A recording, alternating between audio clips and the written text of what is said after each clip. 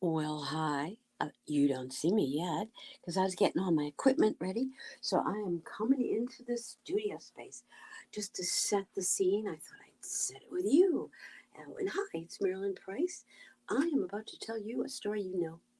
And I love to do that because you can help me tell it. For example, there is a very famous catch line in this story, and you'll hear it as we go along. But here is the stage setting. I am coming to you from Chicago on the mentor project, actually. Yeah, so I'm going to put on the place markers right here, and they are used in a game called football. So I'm going to set the stage like that, and the story is quite old. It's one of the grim stories, and it is pretty grim when you tell it, but we're going to tell it just a little bit different. It has four principal characters: one, two, three. Those are their chairs. And then there's one who lives in another place across town who we will meet later. And for a long time, they don't even interact. And then when they do, the action begins to take place. So we got our seats right here, which become our chairs. They're also conveniently also the beds later on. And then, of course, we have spoons because every good story has something to eat on it. Over here, we'll have the smallest bowl of all with the cutest little spoon. I'm going to put that right there. And then over here, we have the medium sized bowl with a very elaborate spoon. Call that the mama spoon. And over here, we have the great big spoon for this seat.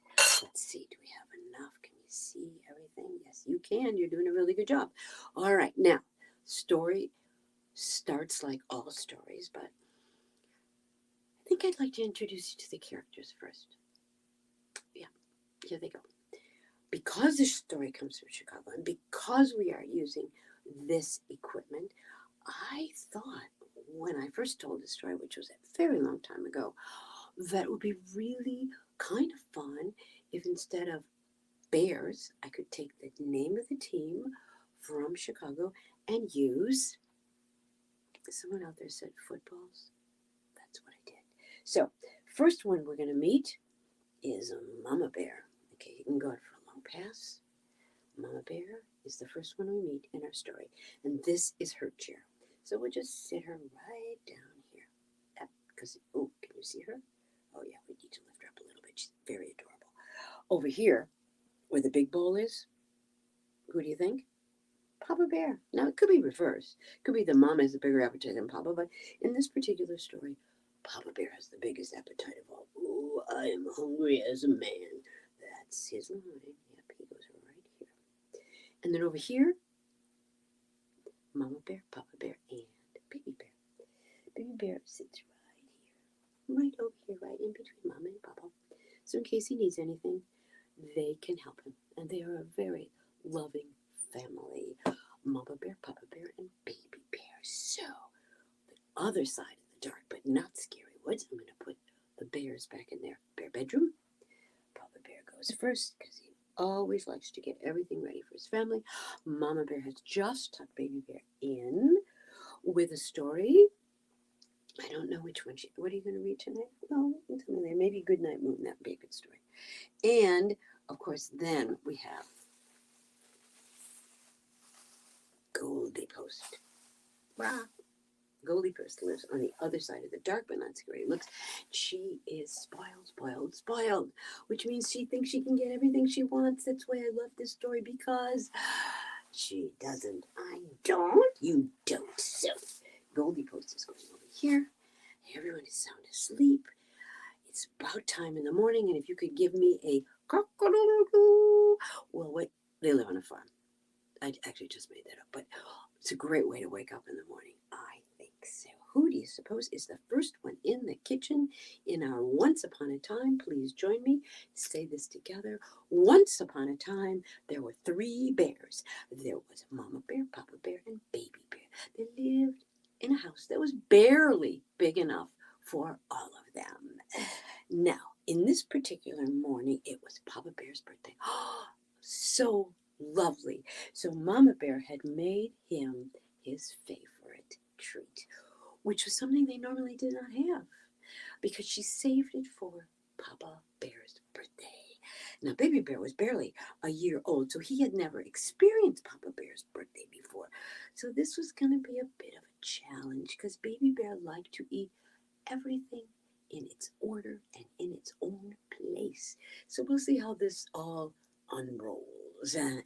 So early one morning, Mama Bear got up and went into the kitchen and began to make some porridge. I'm going to make porridge because it's Papa Bear's birthday. Happy birthday to... Oh, I better get going before he wakes up. So she took a spoon and she put in everything you needed for the delicious porridge, and she put some in everybody's bowl. She put some, of course, first in Papa Bear's bowl. Whoop! And then she put some in her very own bowl. And then she put some in Baby Bear's bowl. Oh, that looks so good. I hope he likes it.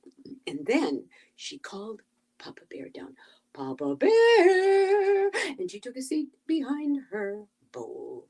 Oh, and Papa Bear came down. And as we heard before, he looked down and he said, oh, that looks fabulous. What a great treat, my beloved. She said, Papa Bear, first of all, happy birthday to you. Happy birthday. Oh, that was very funny, Mama. What did you... Oh, Mama. Yes, dear. You made my favorite porridge. I did because I love you so. Oh, I can't wait. Oh, but you have to. Why? Because Baby Bear's not here now. Now you go sit down behind your bowl, take a big sniff, but wait for us. And so he did. He was a good papa, and he loved his boy. And Mama Bear went to wake up Baby. Baby! A Baby Bear, of course, was usually hungry, and so he came running, hoping to get Rice Krispies and bananas. Ooh, he was very disappointed. Ooh, Mama Bear, what, did you forget something? Oh, yeah. Good morning, Mama Bear. Did you forget something else? Oh, I forgot. Happy birthday, Papa. Now, Papa Bear was really, really, really hungry, so he told him to sit down and he could begin to eat. So, of course, Baby Bear sat down and he looked inside of his bowl and he said, ew, what's that? Papa Bear was not happy with the way Baby Bear was acting, so Papa Bear got up and he said, that is porridge that Mama Bear made me for breakfast because she knows I love it and it's good. So you should taste it.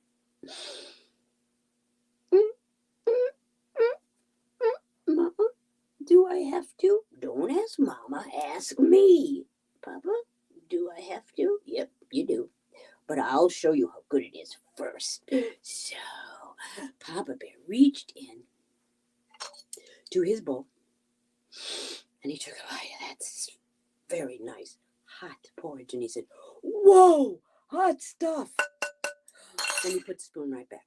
But Mama Bear was not to be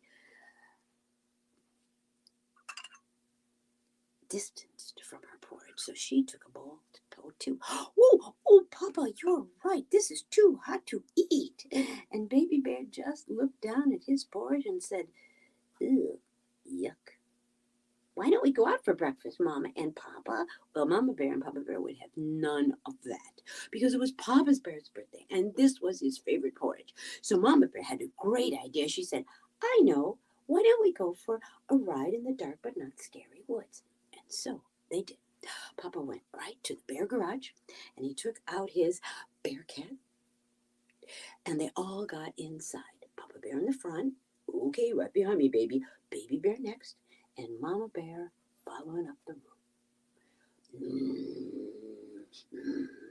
When they got deep inside the dark but not scary woods, Mama sat down and started to do the crossword puzzle. Papa sat down and started to do the Sudoku. And Baby Bear, he played in the leaves and he had a wonderful time while the porridge was cooling off. and all would have been very fine and good, except at that very moment, on the other side of the dark but not scary woods, there lived a little girl. Ooh, and she was always getting everything she wanted except that morning.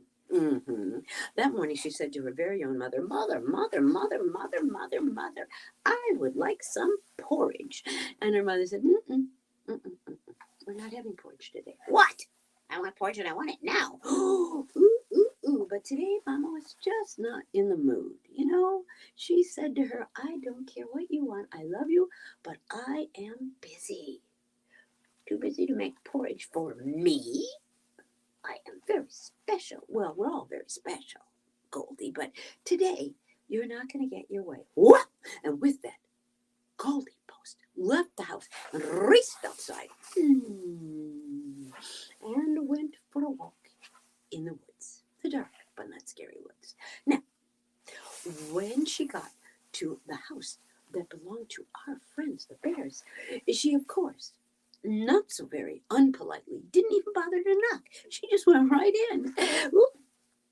Oh, what should her wondering eyes appear but 3 bowls of that which she wanted most of all?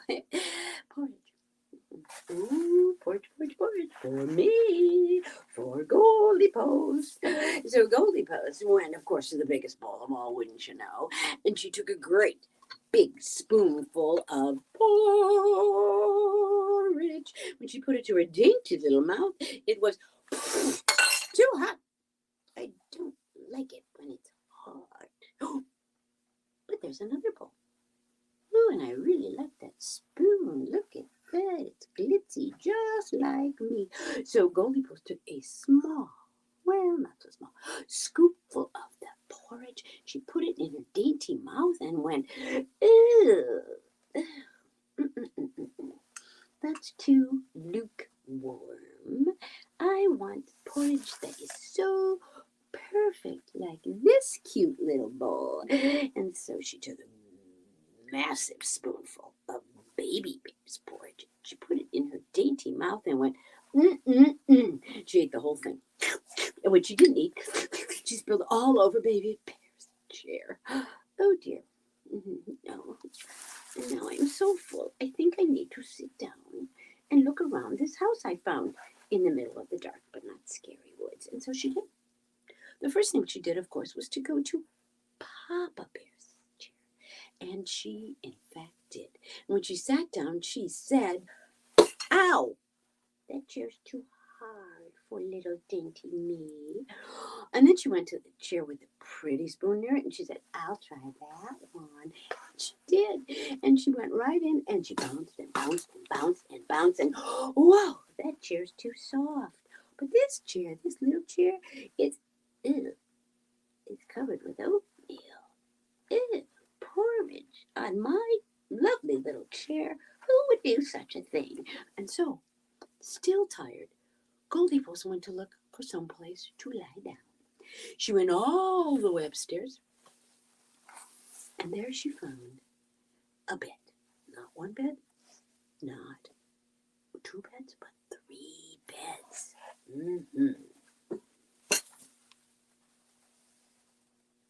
And there, she tried them out.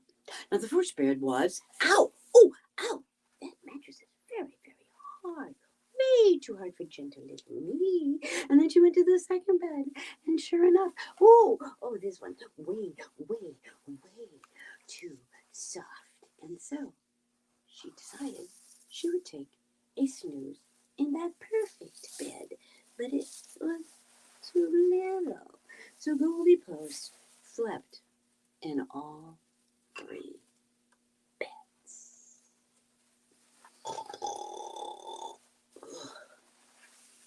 Now, in the meantime, where were our friends the bears? I'm so glad you asked. Because they were having a nice visit until all of a sudden Papa Bear, after he'd finished his puzzle, called out to Mama Bear. And Mama Bear answered, "Yes, Papa Bear, I think the porridge might be just right. Oh, Papa, let me get baby." And so she did. While Papa Bear was waiting by the side of the bear cat, Mama Bear went and got Baby Bear, who climbed right behind, and she climbed right. Excuse me, Papa Bear, you're driving. Yes. And off they went. Of course, Baby Bear lost no time in making some suggestions like, "Oh, look! Oh, there's a Starbucks. Let's go there." Papa Bear was not amused. He wanted his porridge. So Mama Bear went inside first, just to make sure everything was as it was. When she sat down in her chair, she was astonished. She said, "Oh no, Papa Bear, quick, come quick." And she sat down, barely believing her Mama Bear eyes. When Papa Bear came in, he said, "What? There's some of my porridge missing. What could that mean?" And so he sat down to just mull the situation. Now Baby Bear came back in and he said, "Oh, look, my porridge is all gone. Yippee!" Mama Bear and Papa Bear were not amused, so they sit down to talk it over. Now Papa Bear looked at his chair and he said, "Somebody's been sitting or jumping in my chair, and it wasn't me." So Papa Bear was very annoyed. Mama Bear, she looked down at her chair and she said, "Oh no, my chair has footprints all over it, and they're not mine." She was equally distressed, but Baby Bear was delighted because he looked at his bowl and said, "The bowl is empty. That's good news. Oh, but I think I found it. It's all over my chair. Looks worse on the chair than it did in the bowl." So they figured maybe somebody was in the house. Baby Bear was very, very, very worried. Mama Bear tried to soothe him. "Don't you worry, Baby Bear. It will be fine, because Papa will go and look." And so Papa did, and led him all the way up to their bedroom. Now, when they entered the bedroom, they felt something was quite different. Papa Bear went in first and said, "Somebody is in our bed, but I'm not afraid." So Papa Bear, with a great deal of bear courage, pulled back that coverlet, and he said, "Ew, there's a head in the bed, and it doesn't belong to me." Now, Mama Bear was very, very annoyed that someone should have gotten into their house, eaten their porridge, messed up their house, and now was in their bed. She said, "Just 1 minute." So she took the blanket off of her bed and said, "Ew, someone is in our bed, and she is wearing a dress that does not belong to me." Now, Baby Bear was not the bravest of bears, but he just about had it with the intruder. So he said, pulling back that blankie, "Ooh, there is someone in our bed, and I don't think it's any of us." And he was absolutely right. And with that, and a whole lot of staring, GoldiePost woke up from her not very long nap, took one look, and said, "What are you doing in here?" And the bears, of course, assured her that it was their house with their rooms and their chairs and their porridge. And she raced all the way home. While she was racing home, the bears had a meeting. And this is what they decided. Papa Bear was still very, very hungry. And Mama Bear, she had it. She'd been making that porridge and making breakfast for all those family members for so long. And then when Papa Bear sat down and Baby Bear once more suggested, "Why don't we all go out for breakfast? And we could sing happy birthday to Papa there." And so they did. Mama Bear said she would drive because, after all, it was Papa Bear's birthday. And Baby Bear sat next to her, right behind. And Papa Bear sat in the back, still doing his puzzle. And as they moved along, they sang that now famous song, "Happy birthday to me. Happy birthday to you. Happy birthday, dear Papa Bear. Happy birthday to you, followed by a chorus of Baby Bear and many more. And they had a grand breakfast with free waffles in honor of Papa Bear's birthday. In the meantime, in case you're wondering what happened to GoldiePost, when she got home, she raced inside the house. She put her arms around her mother and she said, Mama, Mama, whatever you serve me, I'm going to eat all up. And perchance she did. I hope so. Because sometimes lessons are hard to learn. This is a remake of GoldiePost and the Three Bears, told in honor of you and in honor of me, because it's my birthday. So I thank you very much for coming, and I'm hoping that you find a story to tell that will make you live up to your mark. And that, my friends, that is a spoonful of a really good story. See us on the Mentor Project, Facebook, YouTube, LinkedIn, and a podcast. It goes on and on, a very old tale